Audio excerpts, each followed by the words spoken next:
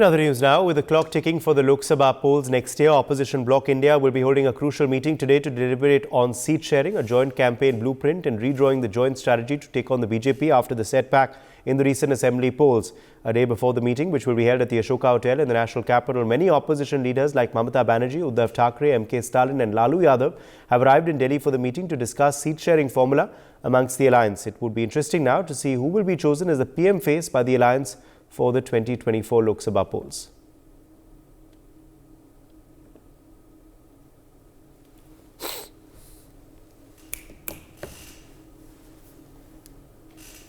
So these are, of course, the latest details we are tracking for you.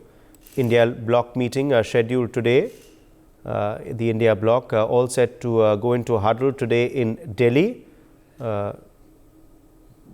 Blueprint likely to be drawn up today to take on the BJP.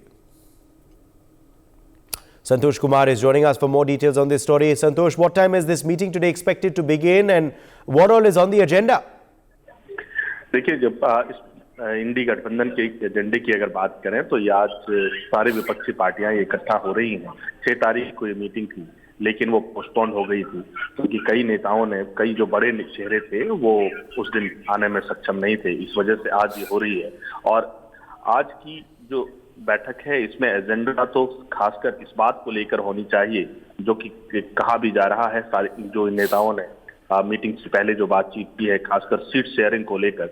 और कई ऐसी पार्टियां हैं जिन पार्टियों के अपने अपने राज्यों में उनका वहां पर प्रभाव ज्यादा है और ऐसे में कांग्रेस पार्टी का वहां पर प्रभाव नेग्लिजेंस के आसपास के है, वहां पर लगभग ना के बराबर है उनका एग्जिस्टेंस। तो ऐसे में कांग्रेस पार्टी को किस तरीके से अकोमोडेट करती है ये पार्टियां, ये देखना होगा। खासकर अगर उत्तर प्रदेश की बात करें, बिहार की बात करें, तो इन राज्यों में कांग्रेस पार्टी की स्थिति काफी कमजोर है और कांग्रेस पार्टी लगातार ये कोशिश कर रही है कि इस गठबंधन को लीड कांग्रेस की तरफ से हो।